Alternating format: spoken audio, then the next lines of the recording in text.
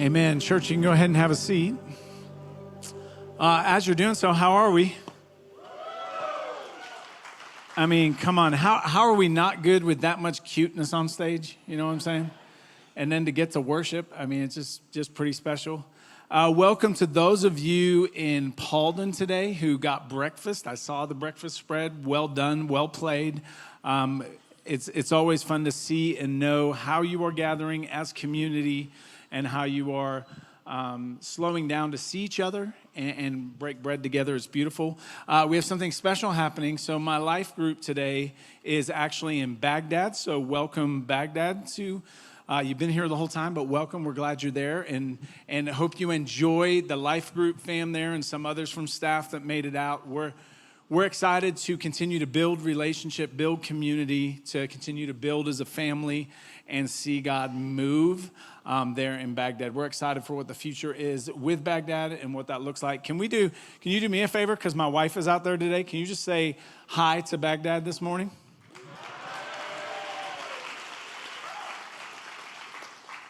And then to our online fam, welcome. We're glad you're with us. Glad we get to do this together. I love that we get to honor people. I love that part of our family values is just that we genuinely honor one another.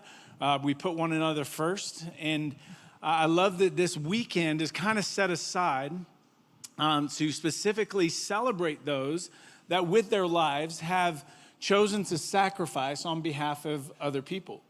I have some people near and dear to me that have served within the military and some that are still serving within the military. And I love the gift that it is to everyone else. It's one of those, it's a really clear connection for me of you're willing to and you are laying down your life that we can sit here and do this. It's a moment where we just get to honor and just say thank you. And so I would love to do that if you'll allow me. I know you'll hate it, but if you are an active military you're in active military service, or you're someone who has been in military service, if you're a veteran, would you just stand so that we could honor you, please?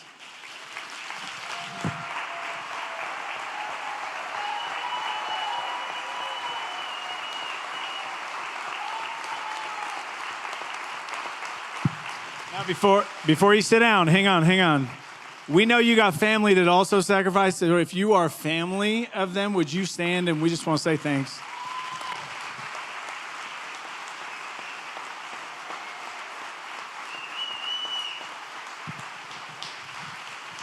We are very, very grateful for your sacrifice and the way that you have served, so thank you. You can go ahead and have a seat. Paulden, Baghdad, I hope that you get to honor those that are there with you. Also, those of you online get to honor one another. So I want to take a moment just to celebrate with you, right? There's a certain person in my life who's pretty important to me. And that certain person happened to turn 1 yesterday. So here he is, just because you need to see him. Let's go.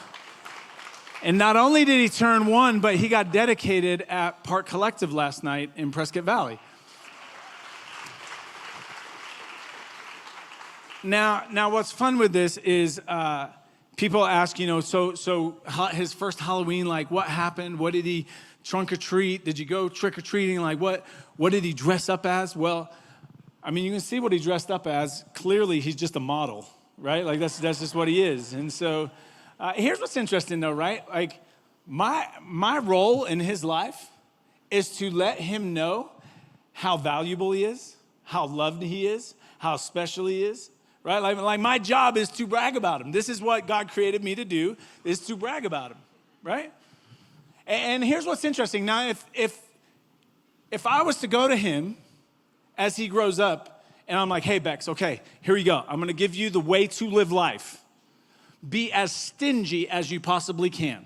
Don't give anybody anything, ever. You'd be like, you're the worst grandparent ever. What if I double down and I go, actually, Bex, you know what? Just make life all about you. Okay, don't think about anybody else. Don't think about your parents. Don't think about me. Don't think about anybody.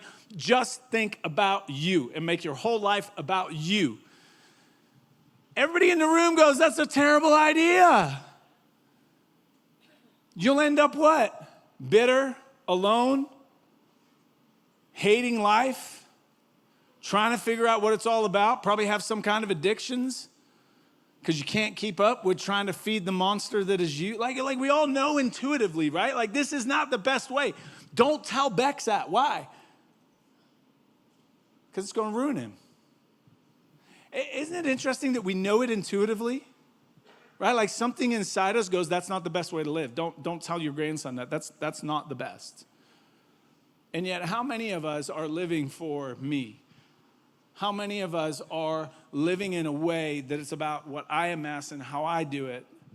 How many of us are living, because if I tell him that, he's going to live a life much smaller than what he was created for. Like we just intuitively know that this life was meant to be larger than us. And the way it is larger than us is we actually give it away to other people. How many people that end up in addiction? And there's just a train of people behind them that all suffered because of what? Their addiction.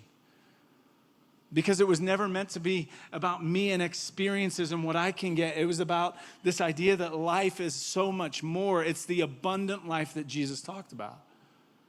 You know, it's interesting culturally what's around us. In 1860, Milton Bradley created a board game. So those of you that are board game enthusiasts, here you go. They created a board game, and it was called the Checkered Game of Life. And within that game, if you were to look at it, the original rules, the way that you win this game of life is you live to an old age, right? You get to a good old age, and that's a full life. You lived a full life. And so what the game would do, what the game would do is it would put you in situations where you had to make a choice, a moral choice of right and wrong, which way to go. And so it was built around virtue. It was built around this idea of you navigating through these tough moments so that you got to a point where you built this good old life. The way you would lose the game is you would end up in ruin or you would end up disgraced. It's interesting that in 1960, they revamped that game. And if you've played the game of life, if you've ever played the board game, the game of life, anybody? Okay, all right, just making sure I'm not alone here. If you played that game, how do you win? Thank you. Wasn't that hard for this many people that have played that game? Maybe you know why you lost now, just saying. Yeah, it's the one that ends up with the most money. The one with the most money wins the game of life. Isn't that fascinating that culturally, 1860, which by the way, you know why you have a spinner in that game? If you've ever played that game, you got that little spinner thing. You know why they did a spinner and not dice? Because dice were considered gambling in 1860. So you have a spinner. Information that doesn't matter. You didn't need it. But here's what's fascinating. Culturally, there was a shift, and the shift was the way you win at the game of life is you amass the most money.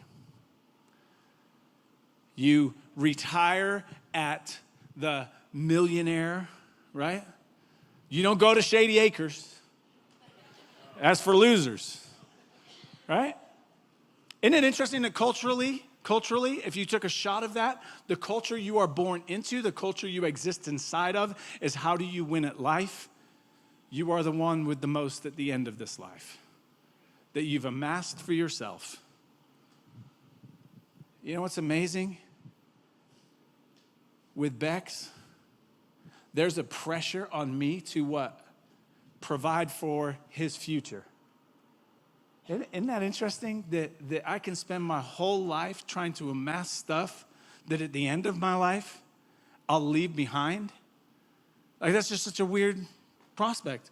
I don't think God intended for you to live your life going, I'm going to do everything in this life to provide that so it's easier for them. And because here's the thing, you don't know what they're going to do with it.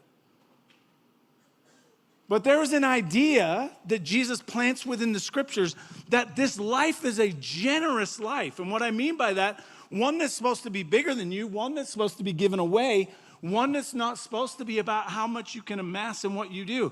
In Luke chapter 11,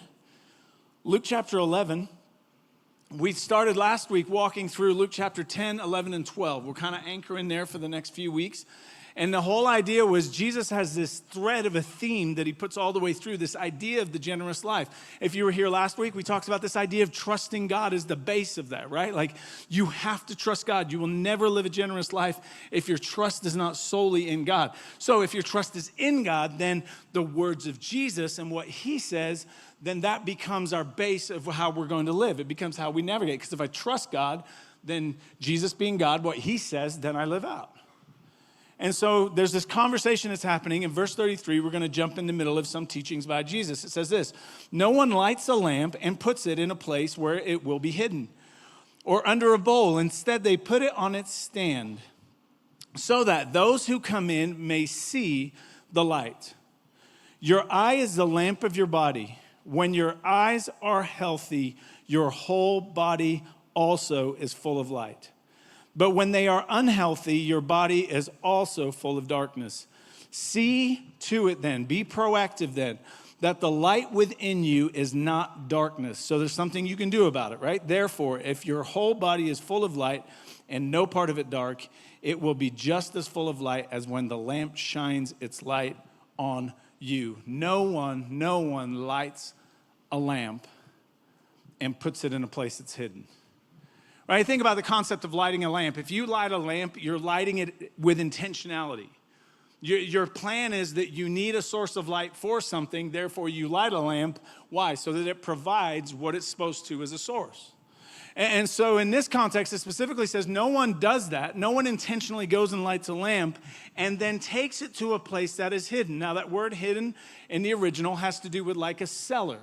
That you don't light a lamp and then take it down into the cellar. The purpose in lighting the lamp is to put it on a stand. So there's intentionality. I light the lamp and I intentionally place the lamp. And when I place it on a stand, it says that what happens is that the house receives the light. Now, in that context, house, the term that's used there is actually household, the people. It's not the structure as we think of. It's the people of the house all receive a benefit from what? From the actions I have intentionally taken to put this light on a stand. It actually blesses everybody else. Everybody benefits from the light that was put on a stand. Jesus then switches, and he says in verse 34, your eye is the lamp of your body. When your eyes are healthy, your whole body is also full of light. So now he takes the comparison of a house and he goes, hey, your eye is essentially the lamp providing light to your entire body. If your eye is healthy, then your whole body's going to have light. Now, that word healthy in the original is really hard to translate and kind of for us to grasp. What's connected to it is this, that the idea of healthy is singular in focus. Okay, so if your eye is singular in focus, it's directed, then what's going to happen is your entire body is going to be healthy. So you can think of it this way, double vision, that I see multiple things, is a divided perspective of what I'm seeing. And so what he's saying is instead of having double vision, have singular vision. Another layer to this word healthy is in Matthew chapter 26. Matthew's capturing the words of Jesus, and he connects with the same words that are here, that the idea of generosity, the idea of being generous to healthy, that the word healthy is translated generous. You could put it this way, that when I am singularly focused on this generous life that I was created for, my entire body will be healthy. Now, the picture he gives is what? That when I'm singularly focused and I'm on this generous life, it's like putting a lamp on a stand and the whole household benefits. When my life is singularly focused on the generous life that God intended for me, when I am living larger than myself, I'm living for what God calls me to. I'm building his kingdom, not mine. I'm focused on Jesus and his mission. I'm focused on Jesus who lived the most generous life. When I'm singularly focused on him, what happens is it's like putting my life on a stand, and everyone else around me benefits because of the generosity and because of this generous life. But he says when you have double vision, when you have divided attention, you become unhealthy. I don't know how you are, but true story from last week. I'm downtown Prescott, and I'm walking with a friend of mine, and we're walking along, and parked is this SUV Rolls Royce. And as we're going along, my friend goes, "That's probably the most expensive car I've ever seen in Prescott." And for me, I did one of these. I'm going along, right? I'm focused. We've got a destination. And I start drooling all over the front of the car. So if it's your car, sorry for the drool stains. It's beautiful. You ever feel that way? Like, man, me and Jesus are good. I'm following Jesus, we're tight. And then all of a sudden you're like, squirrel. Right? That's what he's talking about, this idea that we set out and we've got the generous life in front of us and we've got Jesus and he's our focus. And it's so easy to what? Become divided. To where now it's like, man, Jesus, I really, really love you, but it's a Rolls Royce. Jesus, I really, really love you, but man, this new job, I know it's not going to allow me to go to church anymore. I know it's not going to allow me to build community anymore. I know it's going to make me really distant from people. I know it's going to probably hurt my family. But man, did you see what they're offering? And all of a sudden, this life that Jesus is building, all of a sudden I'm divided and I end up over here. And so Jesus, in this, as this passage unpacks, verse 37, he gets done with the part we just read, and it says, when Jesus had finished speaking, a Pharisee invited him to eat with him. So he went in and reclined at the table. If you were here last week, you know that when you recline at the table with somebody, you're building relationship, you're building community, you're building friendship, right? So Jesus is with this religious person, this Pharisee who was known for how religious he was. Jesus goes to have a meal with him. And it says, but the Pharisee was surprised when he noticed that Jesus did not first wash before the meal. Okay, so culturally, what would happen within the meal is you would ritually wash yourself so that you were clean before eating. So it wasn't about hygiene, it was about doing the right thing from a religious perspective. That you had to cleanse yourself before stepping into that moment and eating. So Jesus comes along, who is a rabbi, who is a teacher, who should know the right thing. And what does Jesus do? He bypasses the washing station, to which the Pharisee, who is driven by doing the right thing, is now upset with Jesus, is now angry with Jesus, is now frustrated with Jesus because Jesus isn't doing what he wanted to do. Maybe, just maybe, what Jesus is getting at here is that when you are trying to live the generous life, be careful that you are not using religion and calling yourself generous. Right? Make sure that when you're following Jesus, that what you are doing in the name of religion isn't substituting for your generosity that you should have within your soul. And so he's using religion so much so that Jesus says this then. Then the Lord said to him, now then, you Pharisees, you religious people, clean the outside of the cup and dish, but inside you are full of greed and wickedness. You foolish people, did not the one who made the outside make the inside also? But now, as for what is inside you, be generous to the poor, and everything will be clean for you. So here's the Pharisee. And the Pharisee is, I wash my hands because this is the right thing. right? Like, I do this next because it is the right thing. I do this and this and this and this. And what the Pharisee is doing is amassing all of his right, is amassing for him this power and this prestige, right? He's becoming more and more like built up within the religious system, so to speak. And Jesus goes, hey, it's not about what you do on the outside that I'm interested in. I'm actually interested in what's on the inside. Why? Because he's using religion to attempt to get a life, right? Isn't it interesting that we can come to church and we feel like we're doing God a favor? All right, isn't it interesting that you can come to church and you feel like, oh, I did the right thing?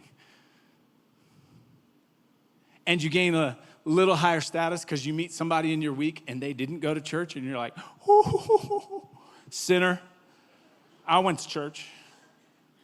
Oh, you may not say that. Oh, you went to life group, but that person hasn't been there for like 3 weeks? Oh, you don't know what giving is? Oh, I've been giving since 1960. Isn't it interesting that if we're not careful, what we do is the religious things, the things we do in God's name, can all of a sudden become a substitute for what's actually happening on the inside. You know you can give every single week and not be generous, right? Your generosity isn't geared by what you do from a religious standpoint. Your generosity is you can be here, you can give faithfully every single week, and you should, as your pastor, you should, okay? But you can do that and still miss the person in need that you pass every single day. Like this is where we substitute religion, right? Like we put religion in the place, and instead of it changing the inside, why? Because God is interested on the inside of you. And what we do when we get divided with religion, we put all these things that we should do that a good Christian would do, which, by the way, good Christian doesn't exist in the Bible. There are only Christians and there are not Christians, right? Like, that's all there is. And you can substitute all these things that are good and miss that what leads you to a generous life is I'm actually singularly focused on the person of Jesus Christ. You can come in here and you can worship. Right? Like, you can come in here and you can sing the songs. You can even raise your hands. It does not mean that your heart is in love with Jesus. And notice what's happening here. The context is not financial. The context here is not financial. Even though it uses the word greed, guess what the word greed here in the original language is to take aggressively by force. So what were the Pharisees taking aggressively by force? Prestige, status, position. The more religious they were, the more people looked up to them, the better they felt. They were essentially creating a platform for themselves to stand on so that they were higher than other people. And in the midst of that, Jesus goes, be careful, you're full of greed. Oh, you got all these actions on the outside, but inside, you're aggressively taking power, you're aggressively taking position, status for your own gain. That's what greed is, right? When I take it for my own gain. Notice what he says the solution is. Verse 41. But now, as for what is inside you, be generous to the poor. And we're like, oh, there it is. Give your money away. Money is not in this passage. He's talking about a greed that has to do with what? Position and status and posturing and prestige. And he says, give it to the poor. Who are poor? Those that don't have what? Position and status. What is he saying? Give away what I've given you. If you have any status in the kingdom of God, it is because Jesus has given it to you, so give it away to somebody else. What you've been given in the person of Jesus, your job is to create a platform for them.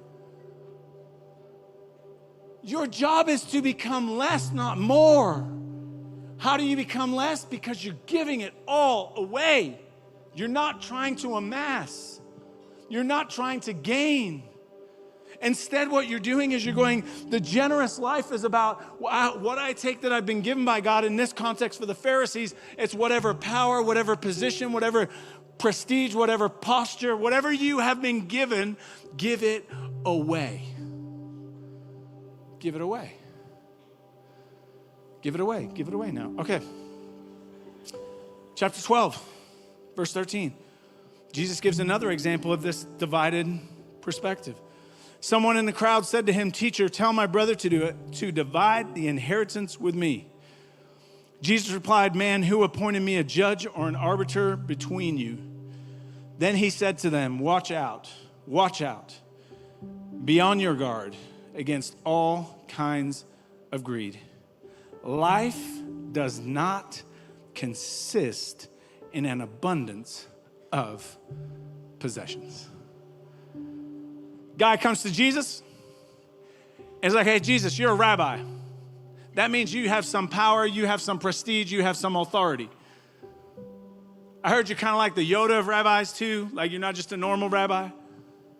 So Jesus, here's what I want you to do. Jesus, I want you to tell my brother to give me my inheritance. Give me what's mine."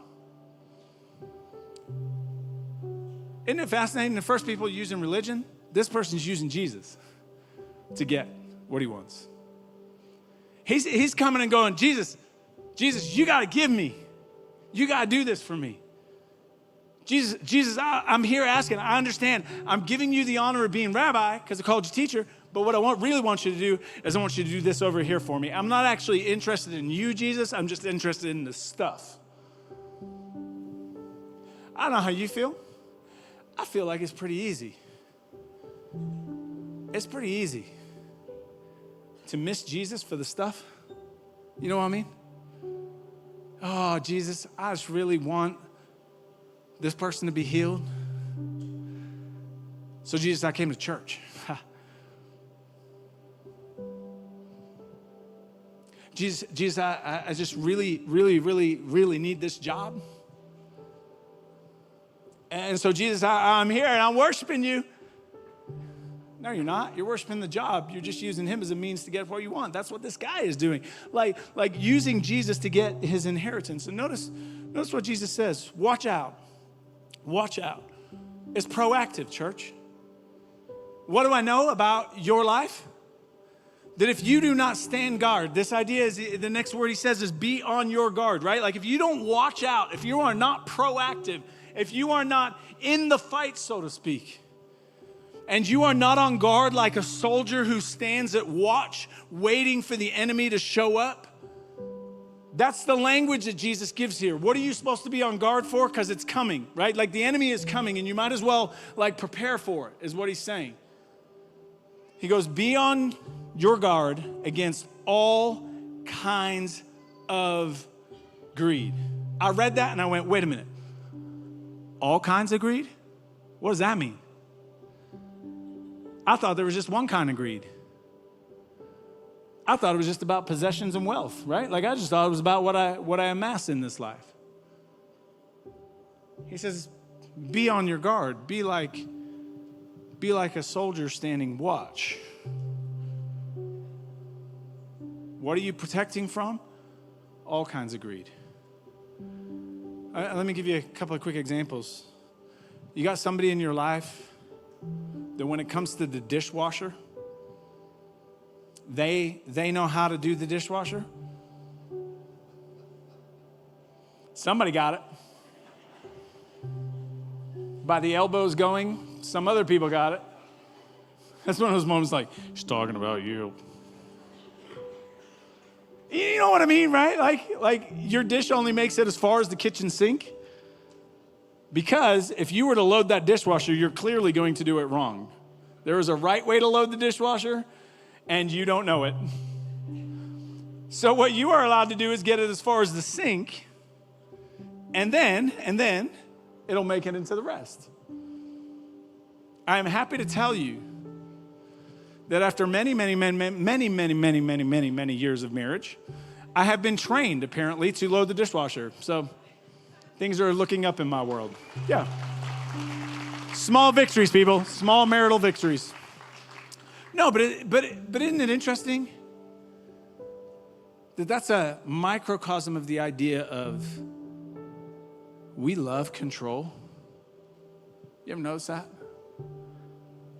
And when he says all kinds of greed, guess what a form of greed is? That you are amassing control, that you continue to try and gain and gain and gain more control. I got news for you. You're not in control. He's in control. Right? And that, so then what happens? Then what happens is some of you are spending your entire life to try and continue to work to make it to a platform, because when you get to that platform, nobody can tell you what to do. When you get to that point, you're your own boss. When you get to that point, you have power. And we continue to amass power. The only problem is, guess what? When you make it to the boss, you're not satisfied. Why? Because what's happened is you haven't stayed watch, and now you are amassing more and more and more power over people. It's amazing, right? Like think about it with relationships. You ever watch somebody who is greedy with relationships? And they just, like don't talk to them, they're mine. Really? And then they keep getting another one, and they're in their little circle, right? Like they're just amassing relationships in their little circle, where they're kind of the leader of their little clan.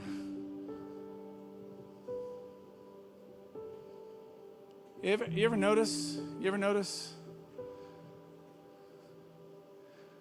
that when you buy something, it's never enough? You ever notice that? Oh, if I just had those shoes, I'd never need another pair of shoes in my life. Till the new ones drop tomorrow. He says, be on your guard. Why? Against all kinds of greed. Be on your guard against all kinds of greed. Why? Life, and that word life is Zoe in the original. And Zoe has to do with the quality of life that you were created for and I was created for. It's the quality of life that inside of it, you have everything you will ever need. That you're completely at peace and at rest. He says, wait a minute, that kind of life does not consist. Tell him I said hi, whoever it is. Does not consist in an abundance. Okay, I'm going to wait because I don't mean to be mean, whoever's phone it was. This is this important, you guys. This is the whole point of the whole message. You ready? Life, the abundant life that Jesus promised, does not consist, meaning it cannot be found. It can't be found in an abundance of possessions. We know possessions is not just the things that are physical. It's all kinds of greed. And he goes, life cannot be found. So what I wanted to do this weekend is have a tombstone up here, a gravestone. And what I wanted to write on it was your name and that's harder to do than you would think. That your life is dead. When I am consumed with amassing more. That word abundance is to have an excessive, to have more than I need. So anything in your life that you are trying to amass, that you're trying to get, when you try to get more, when you become closed hand with it, it says that life can't be found there. You'll never find peace and joy.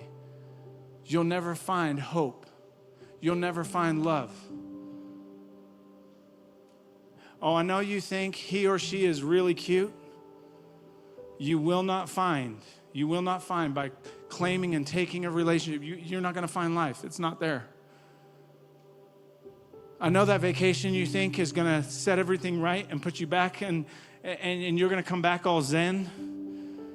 It's not going to do what you think it's going to do because it can't be found in those things. It can only be found in the singular focus in the person of Jesus, who lived the most generous life that anybody has ever lived. It can only be found in Jesus, right? And so the idea is that I have to be on guard. Why? Because all the culture around me is what? Trying to pull me to amass. And I have to go, no, I am going to be singularly focused on the person of Jesus. And when I do that, this is the promise. When you do that, you will find life. There's a whole thing on generations right now, on how this generation's doing this and this generation's doing that. I'll just speak for my own. My generation completely missed it. Because my generation was all about experiences. My generation was all about stability. My generation was all about pushing forward. And here's the thing, it is empty. And there are families that are proof that it was empty. Don't miss the opportunity to have the abundant life that Jesus promised by just simply fixing your eyes on him.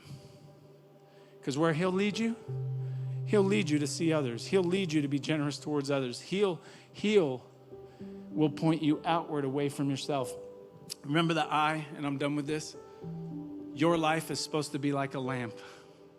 And what do you do with the lamp? You put it on a stand. And when it's healthy, when it's singularly focused, when your life is focused on Jesus, what happens? It blesses everyone where? Everyone in the room. Your life is designed to be a blessing. Do you see Jesus today? I don't know about you. I've done this 3 times now this weekend. And I just feel a strong sense of like, we just need to confess, you guys. Like, we just need to, I got it wrong. It was a Rolls Royce or whatever you fill in the blank with. I got it wrong. I was possessive of my time. I got it wrong. I was possessive of relationship. Whatever it happens to be, whatever has distracted you, today's the day to go, no. I choose today to fix my eyes on Jesus. Because I don't know about you, like my grandson, I don't want him to live for something less than God intended. And the generous life is what you were created for in the person of Jesus. Would you pray with me? God, we just thank you today. Thank you for being our superhero today. God, thank you for being the hero that went to a cross and that sacrificed your life that we may find life. God, would you help us to not be distracted, to not be divided in our perception. God, would you show us areas where the life you intended for us, we're not living it because we are lost by all the things around us that we're trying to amass to find life in. And so, God, we just take a moment to confess. God, we're sorry for the times when wealth has a bigger grip on our heart than it should. We're sorry for the times where just amassing and collecting an excess of things.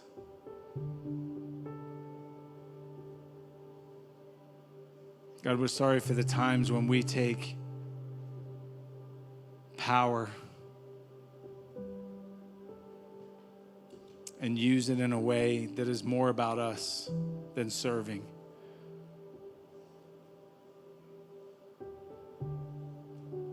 God, we confess the relationships that we use for our gain. God, we confess when we become selfish with our time. We confess the people that we pass by that are in need that we don't see. God, we confess when we don't have our eyes fixed on you. And so, God, in these next moments, would there be a turning as we worship? Would you turn us? Would you remind us that the goal of this life is that Christ would be magnified in us? that our lives can shine light to everyone around us.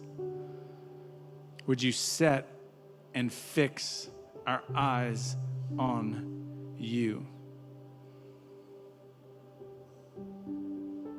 The God who has saved us, who has rescued us, who has died in our place. We just say thank you. That's in your name we pray.